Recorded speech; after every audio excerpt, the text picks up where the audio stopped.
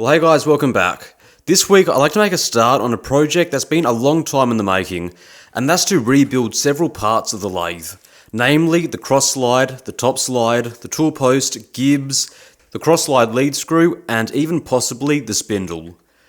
And I'm sure that I don't have to tell you this, but this is obviously going to be a fairly big job. Now obviously I've spoken before about this lathe and its various upsides and downsides, and overall I still think it's a pretty good piece of equipment for the money. But I do think the cross slide is probably one of the weaker areas of this lathe, in that we're losing a lot of rigidity in this one area. I think the biggest loss stems from the compound, which is only being held in by two M6 bolts. I think that's probably fine when we're doing light cuts, but I just don't think it's enough when I'm taking, say, 2mm depth of cut in steel.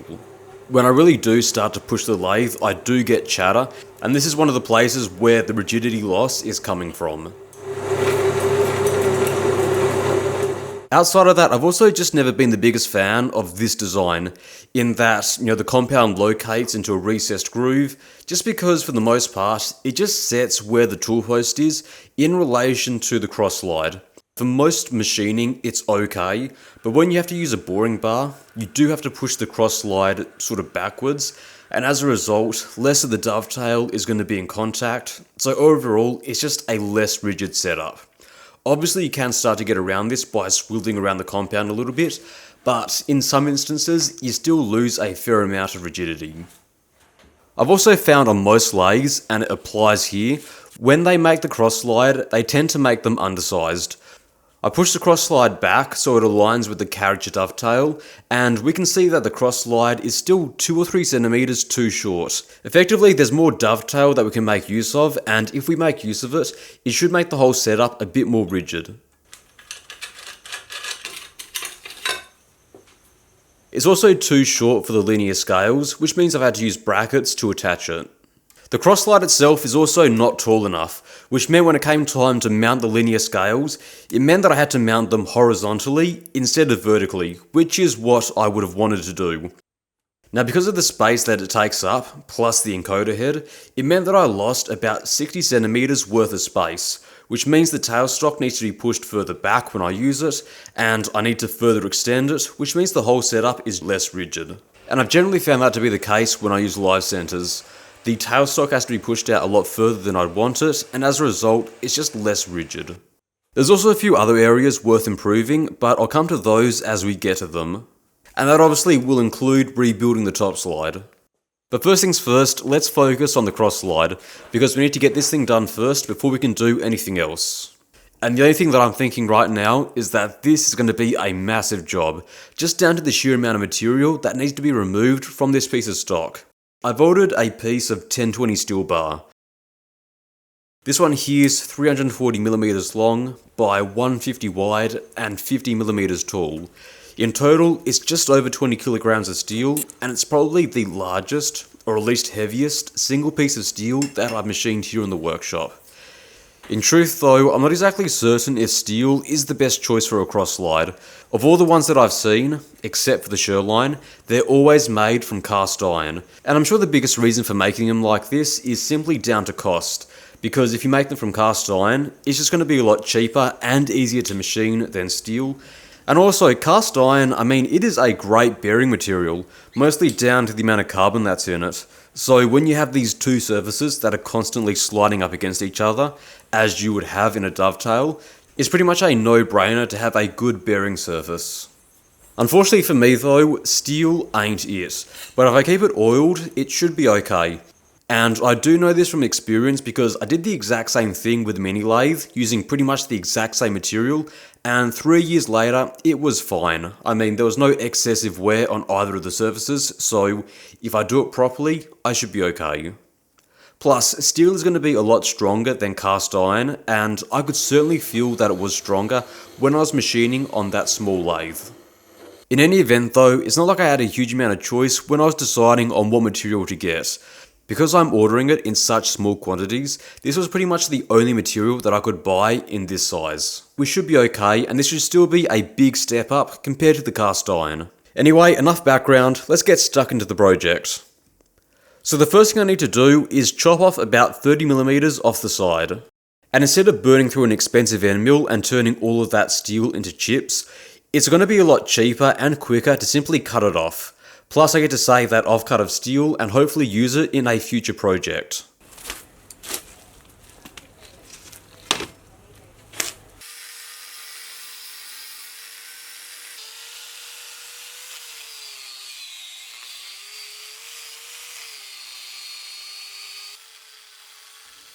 And if we've collectively learned anything through the years, it's A, I can't weld, and B, I can't cut straight when I'm cutting through thick pieces of steel.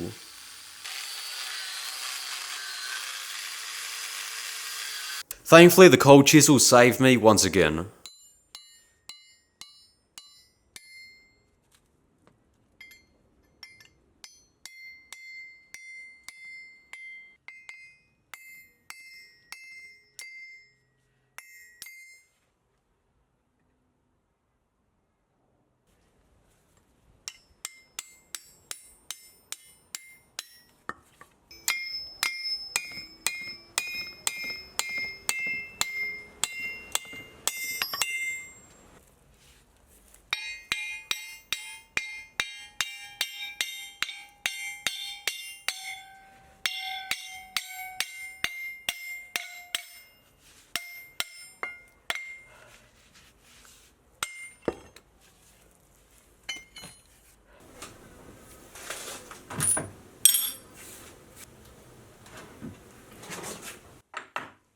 Now to hold such a big piece of material, I'm going to use the 2-piece vise, which will get bolted directly to the mill table.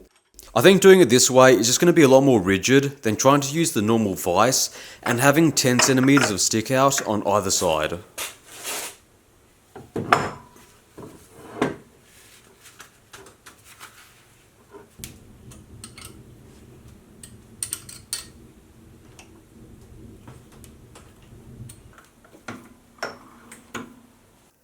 Now to clean up the rough cut face, I'm going to start off by using my face mill.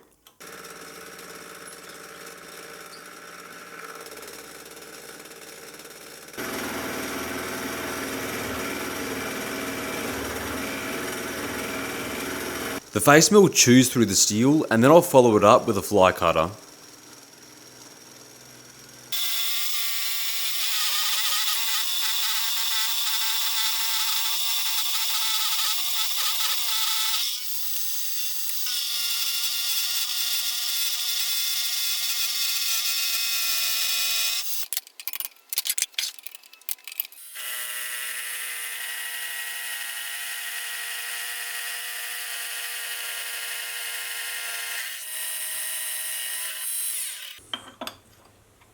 Alright, and that turned out looking pretty good. I'll now flip it to the other side and get that other side face too.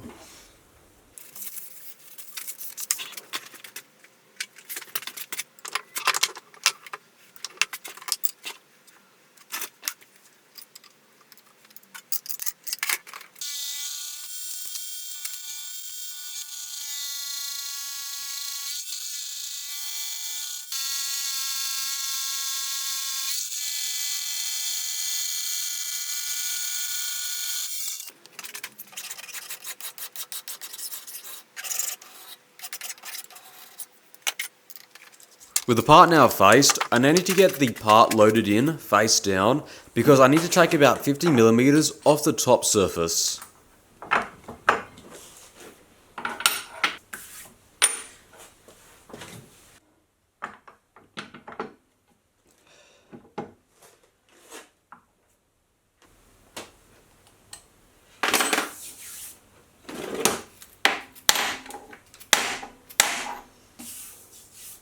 Now again, this really wasn't my first choice because it is unfortunately a huge waste of material, but given my limited sizes, this was really the only thickness of stock that I had to choose from, so unfortunately I don't really have much of a choice here. Now to do this as fast and efficiently as possible, I'm going to swap back over to the face mill. This face mill is simply the king when it comes down to removing as much material as you can in the shortest possible amount of time.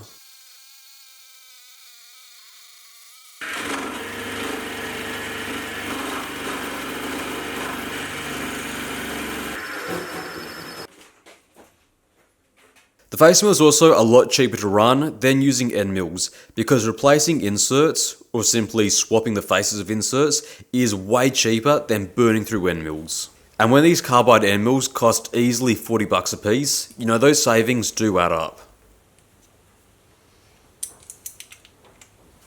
With a fresh insert, I can easily do 3mm depth of cut, which for steel on a small mill like this is simply crazy. Plus I'm still able to feed it at a normal rate. It's just so much faster to do it this way than it would be if I was to use a normal end mill.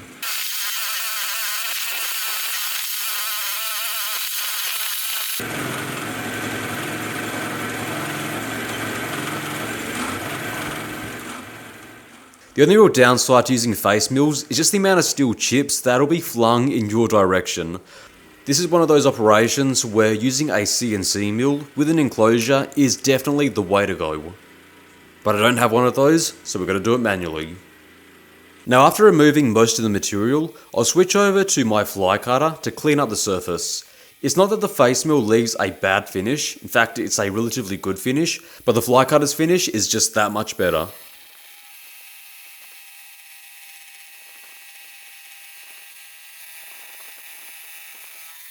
Now it's at this point where the project could have gone really badly for me, and I could have easily scrapped a $300 piece of steel. What happened was, I was supposed to leave a lot more excess material on the other side so I could flip it and clean it up. The plan was to take about 7.5mm off one side, flip it over, and then take an equal 7.5mm off the other, in total removing about 15mm. What I did instead was I took about 13mm off one side and only left about 2mm on the other. And if it wasn't for my last minute catch, I would have easily taken the full 15 off the one side. Now this is an issue for two reasons. The first one is a bit more straightforward, and that's simply because you need to face up all sides, because cold rolled steel, even though it's a lot more dimensionally accurate than hot rolled, it's never going to be perfectly flat. That's what the milling machine is for, and that's why we fly cut it. The bigger issue, as the name implies, when they form the steel and they roll it into its final shape, they're doing it at room temperature with the steel cold. They squash or roll the steel between big rollers, and that gives it its final shape. And when you're doing this, you're internally stressing the steel, kind of like putting a spring in compression. And when you machine away large amounts of steel from one side, you tend to find that the other side will spring out a bit, just because the stress is now uneven. And you might be surprised just how much movement you can get in the steel. And here I got about 0.5mm of bend, and you can easily see this. The ends are machining, but the middle isn't. Thankfully in the end I was able to save it, but it was pretty close to being undersized.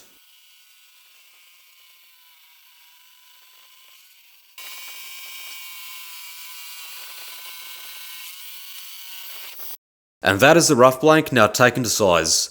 Now despite what the edit may have you believe, that was easily 7 hours of work to get that from its original size, cut down, and then face to its final dimension. And with it, I got about 4.5 buckets full of chips. I've been asked a few times what I do with the chips once I clean them up, and the simple answer is that they go into the normal recycling bin. I've never had enough to warrant selling them, and in any event, what I have here is about $1 worth of chips. So that's not even enough to pay for the petrol to drive out to the scrapyard to sell them. There are still a lot more chips to come, because now that the cross-slide blank is now down to its final size, I now need to add the T-slots. Now arguably, T-slots are easily one of the most useful things to have on a lathe, and it's one of the big reasons why I'm doing this project. Now some lathes will have the T-slots go lengthways across the cross-slide, and others will have them go across them. And at least for me, I think I get much better use of them going lengthways. But really, when you make them, it's really up to you how you do it. So I'll switch over to a carbide end mill and start machining. The carbide is going to be a lot more rigid than a high-speed steel end mill, so it's going to be better suited for this type of work. And as it turns out, I'm starting to run a bit low on coolant. It's not flushing out the chips as well as I would have liked it to, which is really what you want from flood coolant when you're doing this type of machining.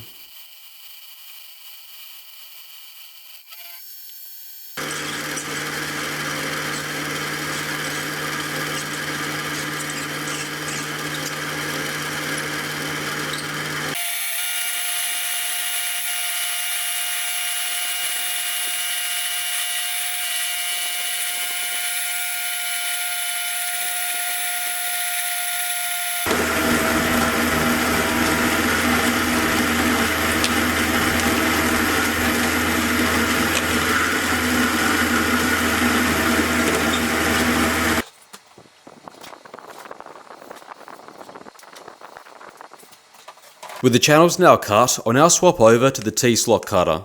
The T-slot's going to be the exact same M10 size as you'd find on the mill table, and I'm doing it this way just because I can use the exact same mounting hardware as I would use on the milling machine.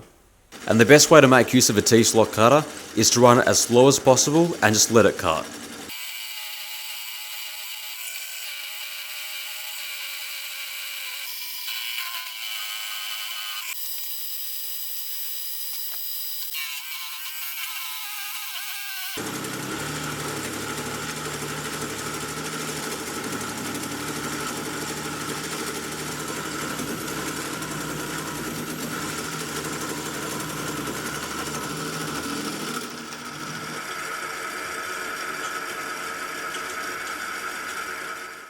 And those are the T-slots now done. All in all, I'm pretty happy with how they came out. So what I'll do now is I'll get the mill cleaned up, I'll flip the part and get ready to cut the dovetail.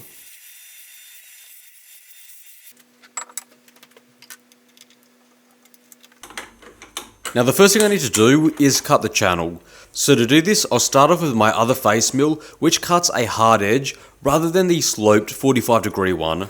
It can't cut as fast or as deep as the other one because it's a lot wider and the inserts aren't really as suited to this type of job as the other inserts are, but it is able to cut a lot deeper pockets than the other one.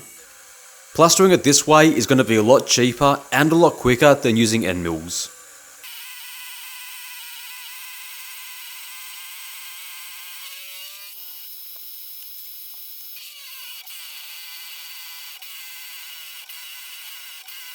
Unfortunately, the downside of using inserts is sometimes you don't have any spares when you think you do. So I had to swap over to my other face mill for a little bit.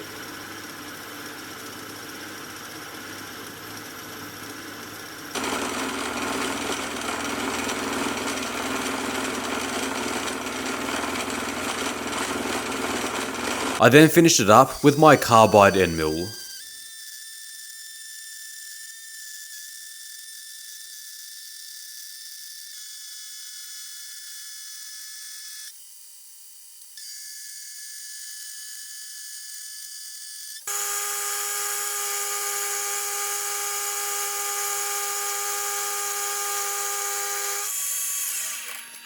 And that is the channel now machined. The last big thing to do is add the dovetails. Now obviously the dovetail cutter, which I'd normally use, was just going to be way too small for doing this type of work. So I had to go ahead and buy another one. But thankfully I checked the dovetail as thoroughly as I did, because what I initially thought was a 60-degree dovetail actually turned out to be 55. I'm not exactly sure why they've done this because every other dovetail I've encountered on a machine is either 45 degrees or 60. But there you go, they had to make this one just a little bit different. Thankfully though, I was able to track down a large 55-degree dovetail cutter in the end, but obviously to no one's surprise, they aren't exactly a common tool, but I did find one in the end. Now in doing this, I will have to take it easy because when you're cutting dovetails, it's not exactly easy on the tool. The reason why I've always had trouble is because it's always very difficult to find a good surface speed or RPM when cutting dovetails. The reason for this is pretty simple if you think about it. The top of the dovetail cutter is going to be smaller than the bottom, so effectively the surface speed of the cutter is never going to work out. Either the bottom is going to be cutting correctly, and thus the top is going to move too slowly, or the top moves at the correct speed, and then the bottom is going to move too quickly. Either way, cutting dovetails never sounds good. And I'm also sure that given the weird angle that the cutting load is coming from, the bearings aren't liking it much either.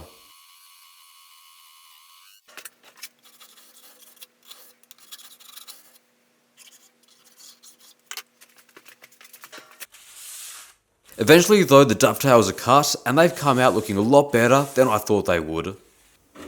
So let's go ahead and give it a quick fit. I also didn't mention this before, but 340mm is the distance from the back of the carriage to the back of the workbench. So any longer and I wouldn't be able to get the cross slide actually loaded onto the carriage. And on first looks, I'm really happy with how it's come out. The edge of the cross slide lines up perfectly with the edge of the carriage, so that effectively means that the dovetails have been machined to the correct size. Unfortunately though, I've also hit my first snag of the project. I didn't mention this earlier, but I also got this length of steel because it's also the same length of the linear scale. The thought was, if I did it this way, it meant that I wouldn't have to use any brackets when mounting the linear scale to the cross slide. And whilst that is true, the space that I had in mind for mounting the encoder actually isn't big enough. I'm not going to be able to mount it here because it's hitting the prismatic ways. Not really what I was hoping for. And opening up the encoder, there's not really much that I can do to modify it to make it fit. So unfortunately, once again, it means that I'm going to need some sort of bracket to hold everything in place. It's a small setback, but in the grand scheme of things, it's not really something that I worry a whole lot about. On the bright side though, the cross slide has come out looking fantastic. The surface finish is about as good as I can get from this milling machine. And obviously, it is a lot more substantial than the stock one. You know, it's going to be a lot stronger, it's going to be bigger, and a lot heavier, which for a cross slide can only be a good thing. But obviously, this is far from being done. You know, it still needs oiler ports, oiler grooves, the gibs, the cross slide nut. I mean, there is still a lot to be done here. But like I said at the beginning of the video, this is going to be a big project, and there is still a lot more machining that needs to be done. So we'll have to pick that up next week. Until then, thank you very much for watching. I hope you enjoyed this video. See you next week.